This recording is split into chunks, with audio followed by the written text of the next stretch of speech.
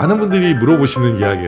사실 절대로 가능하지 않다라고 알고 계실 거예요. 실험한 분이 계세요. 아이고 두야, 정답부터 이야기하면 아니요, 이렇게 실수를 하면 금방 없어집니다.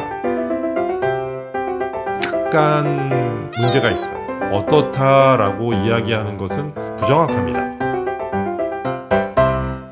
안녕하십니까, 지방대학 총장 닥터안입니다.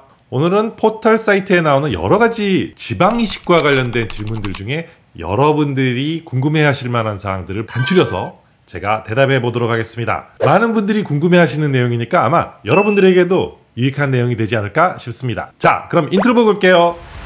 뿅!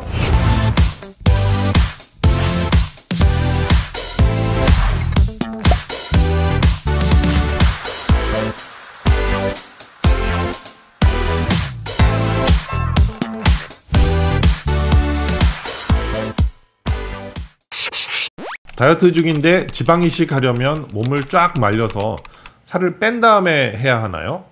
자, 이런 건 있어요. 다이어트를 했어요. 살이 쫙 빠졌어요. 그 체중을 유지할 수 있으신가요? 그렇다면 그 다음에 지방이식을 하시는 게 좋겠습니다. 왜냐하면 체중이 쪘다가 빠졌다가 이런 식으로 되면은 옮긴 지방세포가 만들어내는 균형 자체가 조금 달라질 수 있어요. 얼굴 살이 줄었다가 늘었다가 하면서 얼굴의 부피가 많이 바뀌면 지방이식 해놓은 것이 그렇게 예쁘지 않게 될 수도 있어요. 균형을 잃을 수도 있기 때문에 다이어트가 끝나고 나서 내가 유지를 잘 하고 계실 때 지방이식을 하는 것이 맞습니다. 볼이랑 이중턱에서 지방을 빼서 이마에 넣을 수 있나요? 아이고 두야, 많은 분들이 물어보시는 이야기예요. 사실 이렇게 볼에 내가 살이 많아요, 아니면 이중턱에 살이 많아요, 그래서 그걸 빼서 이마에 넣을 수 있나요? 라는 이야기를 많이 하세요. 일단 정답부터 이야기하면 아니요, 되지 않습니다. 볼과 얼굴에 있는 지방들은 세포가 우리가 흡입을 해보면 정말 이 좁쌀만큼 조그매요. 로뷸이라고 하죠. 지방 세포들이 군집해 있는 걸 로뷸이라고 하는데요. 그 로뷸 자체가 굉장히 조그매요. 그렇기 때문에 지방 흡입을 얼굴에서 하다 보면 피가 더 많이 나고요. 지방 자체는 그렇게 많이 나오지 않습니다. 그걸 옮겨서 이마에 넣으면 잘 살까요? 잘 살지 않아요. 여러분, 체중이 빠지게 되면 어디부터 제일 먼저 빠지죠? 3일 굶었어요? 그렇죠, 얼굴이 가장 먼저 빠져요.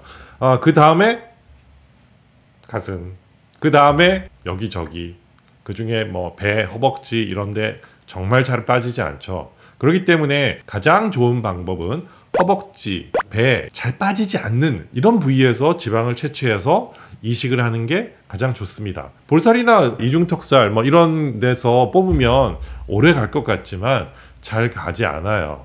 그리고 그 양도 그렇게 충분하지 않습니다. 그래서 반드시 배나 허벅지 이런 곳에서 뽑는 것이 가장 좋습니다.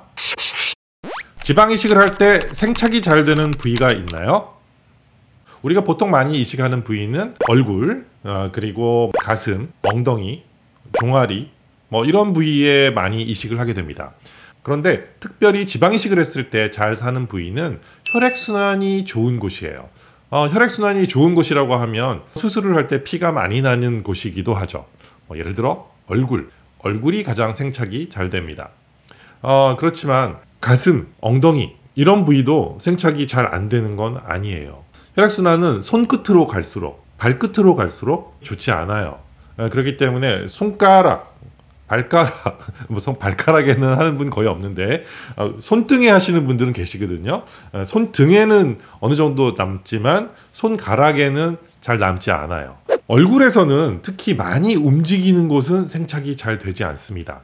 우리 얼굴에서 가장 많이 움직이는 곳은 입 주변이 가장 많이 움직이죠. 그래서 입 주변에는 입술, 그리고 턱 이런 부위가 지방이 생착이 좀 덜 되는 편이에요.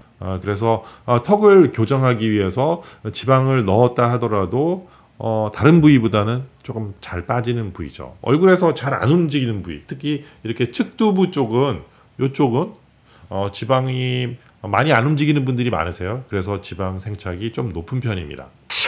엉덩이에 살이 너무 없어서 불편한데 지방 이식하고 나면 엉덩이 뼈가 다 아픈 게 해결될까요? 자, 엉덩이 보시면 이 부분이 엉덩이가 의자에 닿는 부분이죠. 이쪽 부분이 아파서 나는 지방 이식을 해야 되겠다라고 생각하시는 분들이 있을 수 있습니다. 약간 문제가 있어요. 왜냐하면 지방 이식을 할 때 보통 우리가 엉덩이의 윗부분 그리고 옆에 부분 이런 부위에 지방을 많이 넣습니다. 이 엉덩이를 앉을 때 이쪽 부위에는 지방을 그렇게 많이 넣지 않습니다. 왜냐하면 우리가 지방 이식을 엉덩이에 한 후에 약 한 2달 정도는 앉거나 아니면은 엉덩이 부위가 눌려지는 것을 막아야 할 필요가 있어요. 그런데 만약에 의자에 닿는 부위에 지방을 이식을 했을 경우에 이 부위에 지방이 잘 살아남지 못해요. 잘 살아남기 위해서는 이곳에 꼭 넣어야 된다면 아마 한 2달 정도는 서 있거나 엎드려서 자거나 이런 방식으로 하시면 좀 많이 살아남을 것 같기는 해요. 지방 이식을 할 때 일반 지방 이식과 줄기세포 지방 이식의 차이는 뭔가요? 우리가 지방 이식을 할 때 줄기세포를 이용하는 이유는 지방세포가 잘 살아남게 만들기 위해서 그렇습니다. 우리가 줄기세포를 보통 피, 골수, 지방에서 뽑을 수 있는데 이런 곳에서 뽑은 줄기세포를 같이 섞어서 주입을 하게 되죠. 이렇게 하면 지방세포 주변에 혈관들이 잘 생성이 돼요. 혈관들이 잘 생성이 됨으로써 옮겨놓은 지방세포가 잘 살아남게 되죠. 그렇기 때문에 생착률이 올라갑니다. 그래서 줄기세포 지방 이식을 하는 거예요. 그것과도 별개로 줄기세포 지방 이식을 했을 때 주변 부위가 굉장히 젊어지게 됩니다. 세포가 좋아지고 조직이 더 튼튼해지게 되는 효과가 나오는 것 같아요.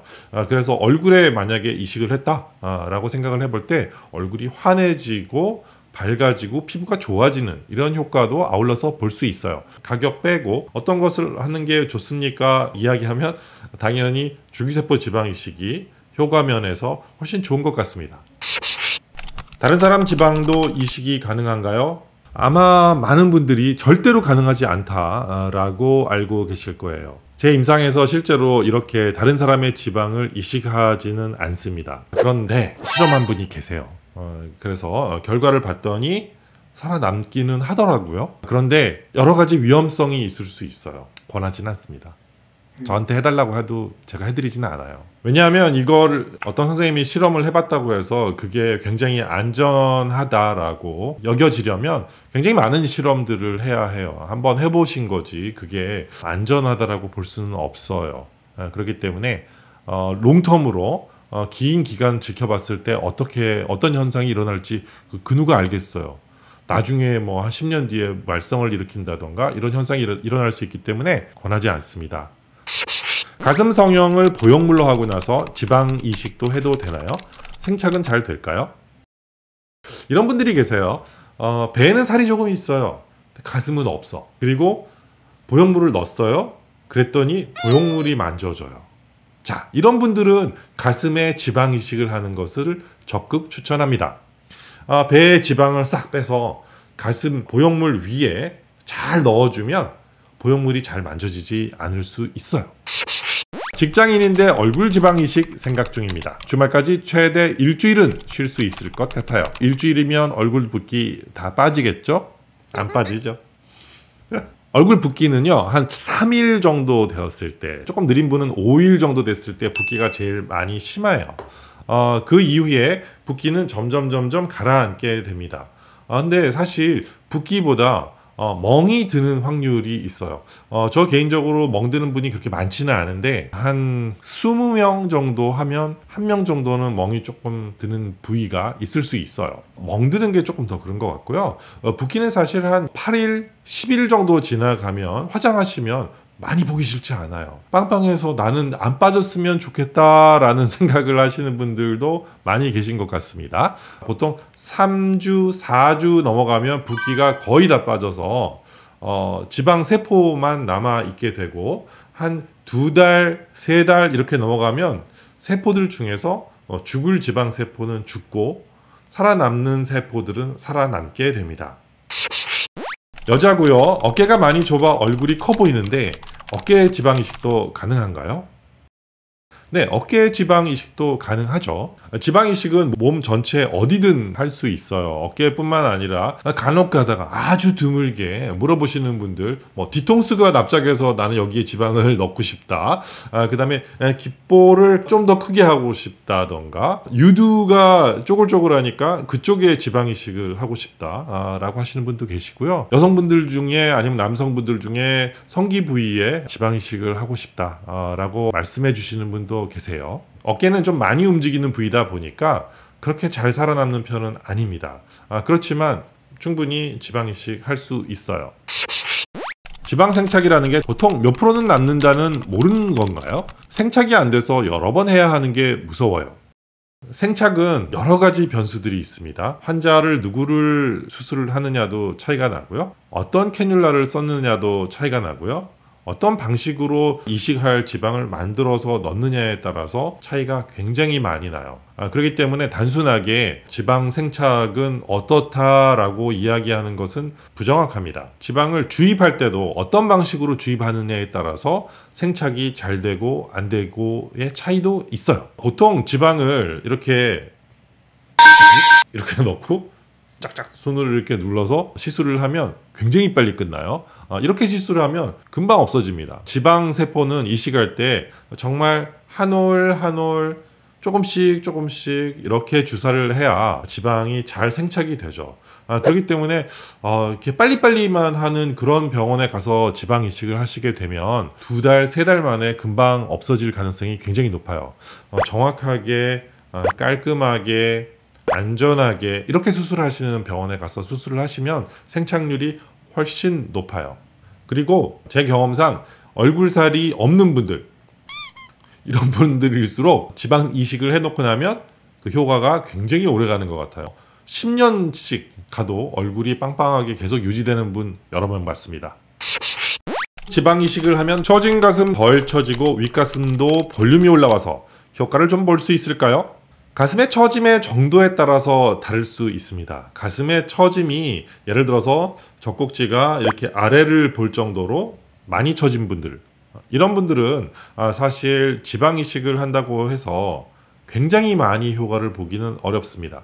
약간 처지기 시작한 분들은 지방 이식을 하면 굉장히 효과가 좋을 거예요. 가슴이 너무 많이 처진 분들은 유륜을 거상하는 수술 또는 가슴 거상 수술, 이런 수술들을 받으셔야 효과를 볼 수 있어요. 가슴 거상 수술과 함께 지방 이식을 같이 하는 것도 굉장히 좋은 방법일 수 있어요. 가슴이 지방이 빠진 건지 아니면 전체 조직이 처진 건지 이런 여러 가지 변수들이 있기 때문에 어떤 해당 사항들이 있는지 잘 살펴보셔야 될 거예요. 오늘은 지방 이식과 관련된 여러 질문들에 대해서 제가 한번 답변해 보았는데요. 재밌으셨나요? 혹시 재밌으셨으면 밑에 좋아요 한번 부탁드려요. 그리고 이런 영상들을 계속해서 보고 싶으신 분들 꼭 구독해 주시고요. 알림 설정까지 해 놓으시면 저희가 매주 새로운 영상으로 여러분께 다가가겠습니다. 여러분 다음 영상까지 안녕.